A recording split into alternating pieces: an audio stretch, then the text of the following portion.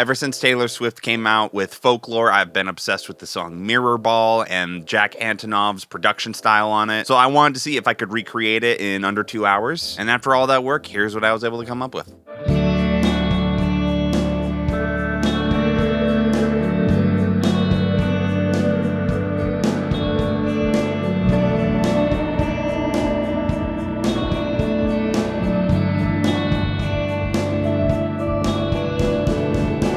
And I want to show you guys how I did it. But before we jump into that, if you're an artist who makes music in this style and think we would have fun working on a track together, check out the form in the top of my description. That'll take you to a web form where you can also schedule a meeting to talk with me and see if we can work on a project together. Okay, now onto the actual video. Also, with my new setup here, I haven't gotten my monitors set up, so we're going to be using headphones today. So in my honest opinion, this entire track can be broken down into two distinct categories, which is guitars and everything else. So why don't we start with the guitar layers? Our main focus for this song are going to be these two jangly parts here that sound like this.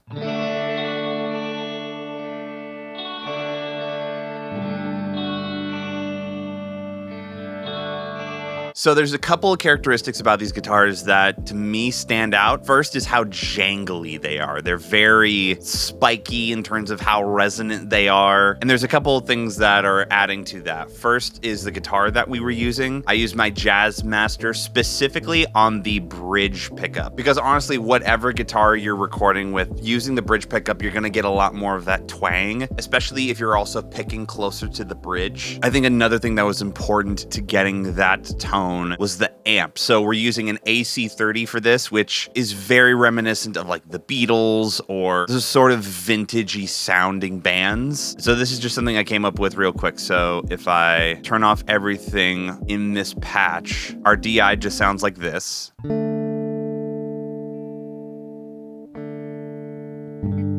So we go into an AC30 with a little bit of tremolo to add that shake to it.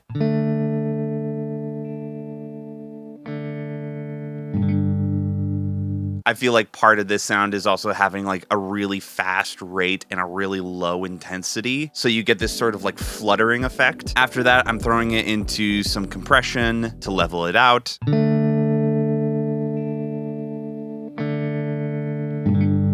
Just makes it a little even, and I think probably the secret weapon of this track that is essential if you want to get the Mirrorball sound is spring reverb, which now makes it sound like this.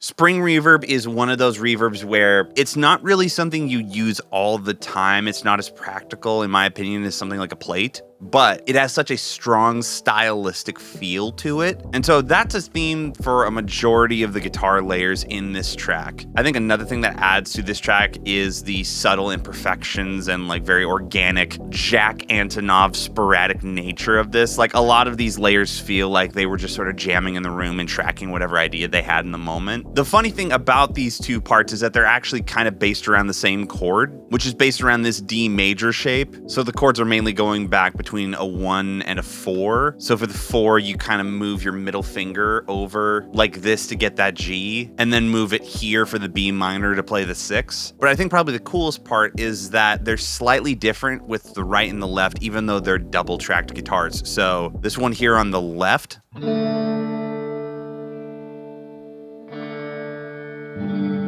it's kind of just removing this note up here on the top of the D chord, and it's just staying as low as it can. Whereas with this guy up here,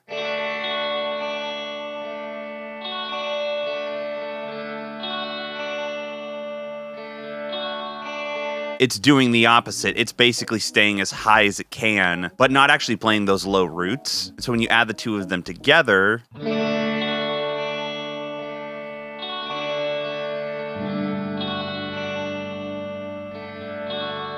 they sort of have this like ducking and weaving feeling with each other. Also, they're not hard panned left and right. They're like in between. So they're both kind of in the middle. I would say those two layers are like the main meat of the song. And then for the other guitar layers, we have a lot of spice and flavor that we're adding to it. So we have this guy here, which is basically the same tone, but it's a lower riff played in like a pentatonic major scale.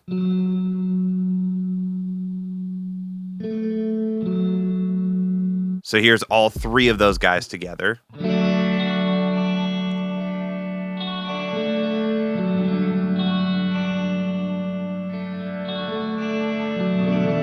I also find that the more guitar layers you add to something, if you want them to work together, you need to really simplify what you're playing in terms of harmonic complexity. So that's a main reason why a lot of like 1975 stuff really loves the pentatonic major scale, is because you're avoiding a lot of the intervals that sort of rub against each other the wrong way. Also making sure that they have very defined ranges. So our first main two parts here are just playing low chords, whereas that lead line starts here, playing on the lower strings. That entire riff is made up of like these three notes. And the thing to note is that technically these guys are still in that same octave range as the guys down here. But since we're playing them up higher on the neck, there's a little bit of a tonal difference. Like anybody who plays bass knows that there's a difference between plucking an open A string and then holding that same A note on the 5th fret of the E string. Like it has a little bit of a different tonal characteristic. And so even though we're kind of in the same octave range as some of the notes down here, there's a little bit of a tonal shift. Again, it's not major, it's very subtle. But then underneath that, we have a little bit of slide guitar.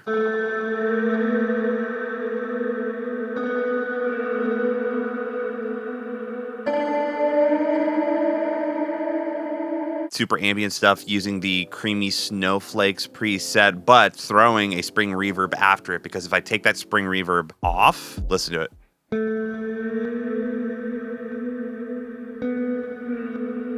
It instantly sounds like modern and brand new, and all I'm doing is just throwing like the default spring reverb sound on it.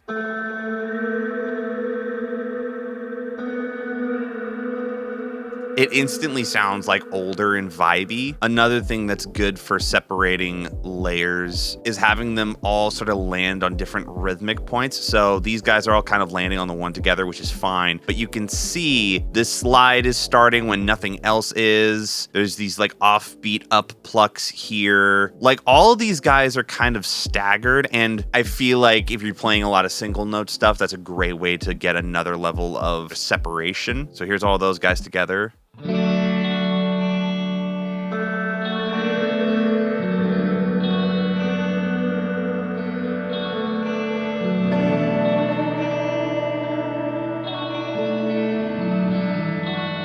Underneath that, we have this guy, which is some really loud single note stuff, but I reversed it. So I just recorded it like this guy here, which sounds like this dry.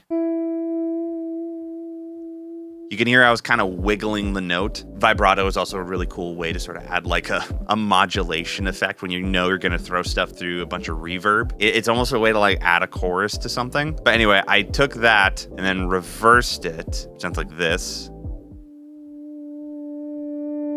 I didn't really care where it landed harmonically. I just knew that I wanted a sort of swelling motion. Same tone as the slide. And these two are really cool because now we're getting to these upper higher strings and staying higher up on the fretboard. So again, they're sort of spread out. All of our layers together so far.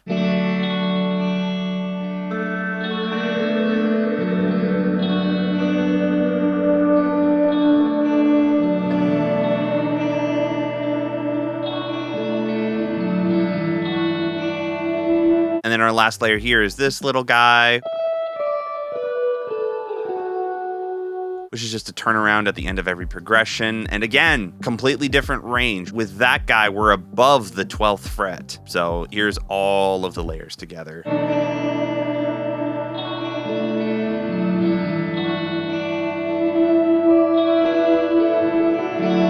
There is technically one more guitar layer, but it's not something that I really played. So this is a sample that I created, which sounds like this.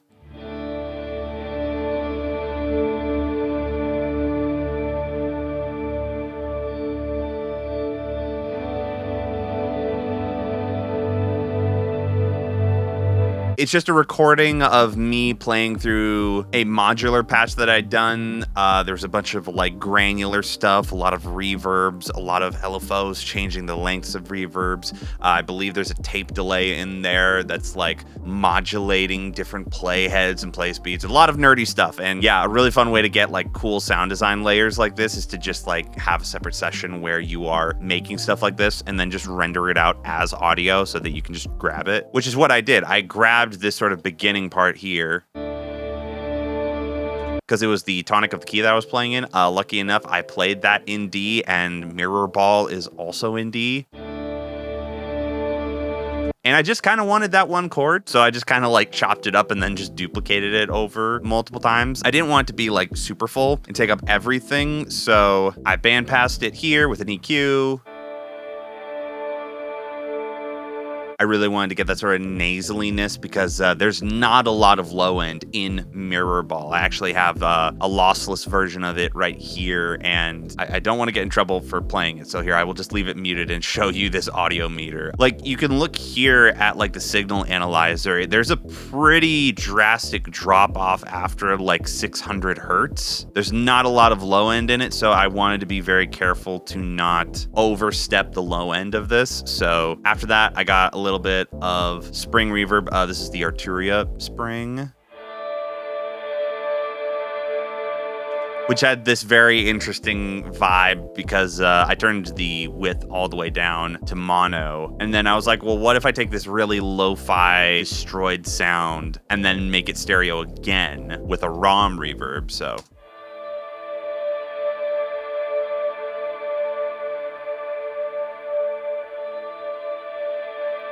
you get this really cool sort of vintage tape sampled vibe from something that was not sampled from tape at all. And since we have this really clean, modern sounding ambient reverb, but everything before it is being run through this really colorful reverb, it kind of imparts that character onto it a little bit. After that, we have our bass. You can see I actually had to do a lot of like removing of low end in this. The bass is turned really low, the low cut is turned on, and then we have this organ.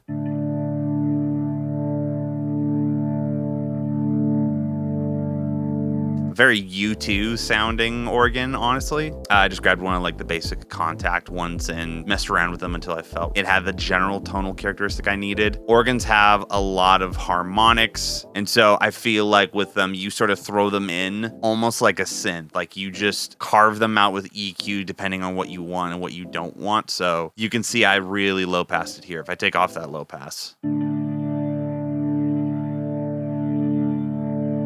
there's a little bit of tickle on the side of your ears, which it felt very wrong to have that because this is more of an intimate song. And then there's a little bit of one knob pumper gently pulsing it back and forth because I felt like I heard that a little bit on the track. And then we just have a really basic tambourine beat with the slate kit.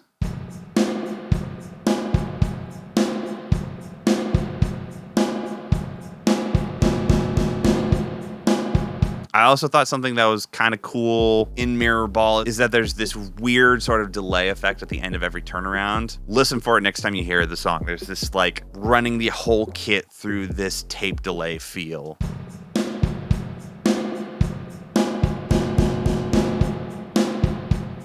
But yeah, that's pretty much everything. On the mastering side, we are doing some unique stuff. So I am using Ozone 10's Match EQ. The blue line is where I had my mix naturally, and this orange line is an actual reference that I took from that lossless FLAC file version of Mirrorball. And you can see we're kind of close for the most part. Only had to do like a little bit of refinement. I normally leave it on like the 10%, like super low EQ values, because you can see at that range, like we're doing at most like 2 dB of EQ. If I was actually doing this for like a mastering project, I would just use this as a reference to be like, okay, where do we need to bring up more elements or fewer elements? So I wouldn't necessarily go through and add an EQ on the master and be like, okay, I'm going to boost 2 dB at around 10K. I would go through all of the elements of my track that I feel like have that 10K range and be like, all right, let's bring those up a little bit. That's honestly how I'm normally using this. this, but yeah, it's a really awesome tool. I love it a lot. Using a little bit of Soothe on a little bit less would do. A majority of this song is spring reverb, and the one downside of spring reverb is that it has a lot of really harsh resonant frequencies in the upper range, and so I felt like I just needed to throw this on a little bit just to tame them and keep them from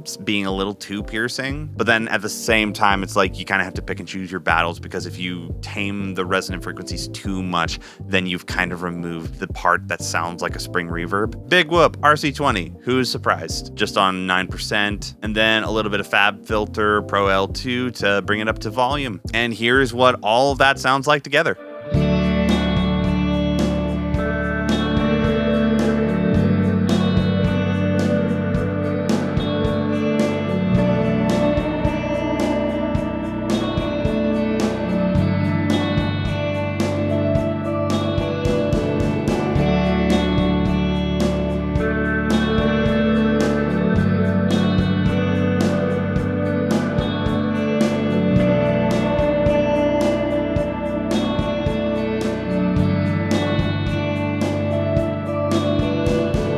So yeah, hopefully you guys enjoyed that. If you have any other tracks that you would like me to remake, there's another form in the description down below where you can vote on what song you would like me to recreate next. But yeah, hit subscribe, do all that stuff.